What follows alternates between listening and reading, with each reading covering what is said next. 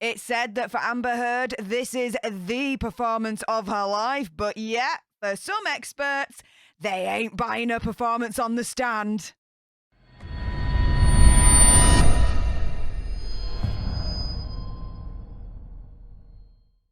Hey up everyone, it's me, Stef, the alternative, and welcome to another dose of the Daily Nerd, where I break down the news and true crime story of the day that's pretty much caught my eye. And oh my goodness, experts are weighing in, and some of them are saying that Amber Heard has been overacting on the stand. Oh my goodness, music to my freaking ears. I'm going to break it all down for you. Before I do so though, a little bit of housekeeping. Firstly, YouTube human reviewer, I see you lurking. I ain't going to be saying any trigger words or anything that's basically going to offend your ear holes. And to everyone else awesome enough to have clicked on this video, hi, how you doing? If you love news and true crime on the daily, served with a little bit of sass and gobbiness, which is basically this, right? The next thing you need to do, no matter what, is smash the hell out of that subscribe button. Like, share, comment, all of that good stuff. And let's jump into it, shall we? Okay, so check this out. This is an article from The Insider. And apparently this week marked a dramatic shift in the Johnny Depp trial against Amber Heard. For the first 3 weeks, we had Johnny Depp with his testimony and his witnesses go through. Everyone calling him a gentleman and Amber Heard an absolute liar, which in my opinion, conspiracy theory, whatever, totally agree with. However, everything then changed when on Wednesday, Amber Heard decided to take the stand. Now, according to trial consultant Jill Huntley-Taylor, her testimony has now raised the stakes of this case. Now, what does she mean by that? So we know that from Johnny Depp's testimony earlier on in the trial, we know about the occasions that Amber Heard was physically and verbally not very nice to him, but he described them in very specific terms, specific scenarios. His denials about his own alleged misconduct, very elaborate, very detailed. Now, in comparison, Amber Heard testified that Johnny Depp went on days-long illicit substances, binges, and was not very nice to her physically on a very regular basis. She also detailed the injuries that she suffered from those events. The thing is this, if her lawyers can't corroborate, can't back up her claims over the next couple of weeks, jurors may not find her credible. They may turn around and be like, you know what? You've made all these claims, right? But you've got nothing to back them up. Amber Heard, you're talking a lot of bullshit. Oh my goodness. Now, this is what Taylor said. So Amber Heard has taken a riskier approach. Her claims of not very nice actions against her are very extreme, which, to be fair, they are. If the jurors do believe her, she should see a windfall to award her and punish Depp. However, if jurors do not believe her, they will punish her, which, in my opinion, conspiracy theory, whatever, let's hope that they see right through her and rule in Johnny Depp's favour. Now, for that reason, her credibility seems paramount to the jurors' decisions. Okay. So the Insider says that it's important to note that Heard doesn't want to be there, as people close to her told Insider. No. I absolutely disagree with that. She absolutely wants to be there, guys, in my opinion, conspiracy theory, whatever. She just doesn't want the cameras to be there. You know what I mean? We all know that. We all know that the lead up to this trial, Johnny Depp was like, yeah, let's have the cameras in. And Amber Heard fought against that. And she lost. So there you go on that one. Now, in March 2019, Johnny Depp was the one who brought the lawsuit against her. Never fear truth, NFT, you guys. We all know why in that respect, but for those that have been living under a rock, he alleges that she defamed him in regards to the December 2018 Washington Post op-ed that she wrote. Instead, Johnny Depp claims that Amber Heard was the aggressor in the situation. Heard, of course, has denied the claims, filed a countersuit. Now, this is the bit. Heard's testimony may have appeared too melodramatic. Why?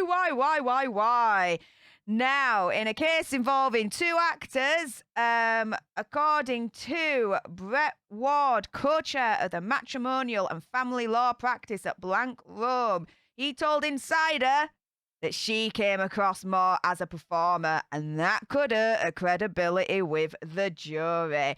In other words, my opinion, conspiracy theory, whatever, she is lying out of her back teeth, trying to act her way through it to try and exude the persona of being truthful. But by doing that, she's overdoing it, she's overacting, she's over-egging it, and her credibility's shot. There you go. Now, Ward says, unfortunately, when she talks about actual incidents of not very nice things, her comments go from victim to actress, and that's a real big problem for her. Ward pointed specifically to comments Heard made while describing not very nice physical incidents she said that she experienced at the hands of Johnny Depp, such as Amber Heard noticing how dirty her carpet was when Johnny Depp basically put her down onto the floor. Ward said that some of her descriptions of these events had a tendency to sound like a soliloquy. Now, Krista Ramey, a co-founder of LA-based civil litigation firm Ramey Law PC, agreed. She said that level of detail Heard remembered from these alleged incidents is not typically how victims remember trauma. They usually have fragmented memories of their experiences, she said, and that is absolutely true. Now, I am very, very, very, very open in terms of my past now. I'm strong enough to be able to say this publicly. I am one of those that has suffered in terms of SA, right? And I'll tell you this, right? I don't remember the full lot of what happened to me. I really, really don't. As Krista Ramey says in this article, there's fragmented memories. I remember some things very, very vividly as to what happened. Other things I don't. Why? Blackout. I just blacked out. As it was happening, it was a case of you black out to survive through it, if that makes sense. You do not remember what happened all the way through from beginning to end. It's just not happening, right? However, Ramey says, and this is pretty much what I've just mentioned here, your mind works to protect you, and so it kind of buries fragments of memories in different parts of your brain, and what you recall doesn't come out normally as a story with a beginning, middle, and end. Now, the thing is, when you hear Amber Heard's testimony, that's exactly what she's done. She says these stories as to what allegedly happened to her at the hands of Johnny Depp with a beginning, middle, and a freaking end. It's like a full-length story without any moment where she turns around and is like, do you know what? And after that point, I really can't remember then what happened. No. For anyone that is part of the survivorship community, I could say with very much absolute certainty that there are some parts of what's happened to us we are never going to remember. Our mind blocked it out. We blacked out. It's as simple as that. We could never, ever fully tell the whole 100% of the freaking thing of what happened to us from beginning, middle, and end. No way. There's going to be details that are going to be missed out. But with Amber Heard, surprisingly, no. Not the case. Interesting. The mind boggles at that one. Now, while Amber Heard sat stony-faced through Depp's testimony, Depp has been animated during Amber Heard's. The courtroom cameras show him doodling, appearing to crack jokes in his boy's ears, sniggering at some of Heard's recollections, and eating from a pile of gummy bears on the table before him. Okay. Judah Engelmeyer, founder of Herald PR and Crisis Public Relations expert, wouldn't recommend that approach to any of his clients, but he said Depp's reactions may be strategic. It's a way of signalling to the jury and his supporters watching from home that Amber Heard's claims aren't to be taken seriously. Snaps for that. If this was something that he thinks he would get called out on and get in trouble for, it'll be taken more seriously, Engelmeyer told Insider. He's smiling and laughing and almost looking like it doesn't matter to him. It helps his fan base. He took the same approach when he took the stand, sparring with Heard's lawyers instead of giving tight and straightforward answers, Engelmeyer said. Engelmeyer also says that Johnny Depp is using all of his acting skills in this. The fact that he joked a little bit, he came back with a funny retort, he's employing everything he's ever learned throughout his career to try to win. But let's keep this 100. Amber Heard is trying to do that as well in that respect. The only difference is, in my opinion, conspiracy theory, whatever, she's an absolute liar and Johnny Depp's telling the truth. So there you go, right? Now, jurors will now get a week, just over a week, for Amber Heard's testimony to sink in.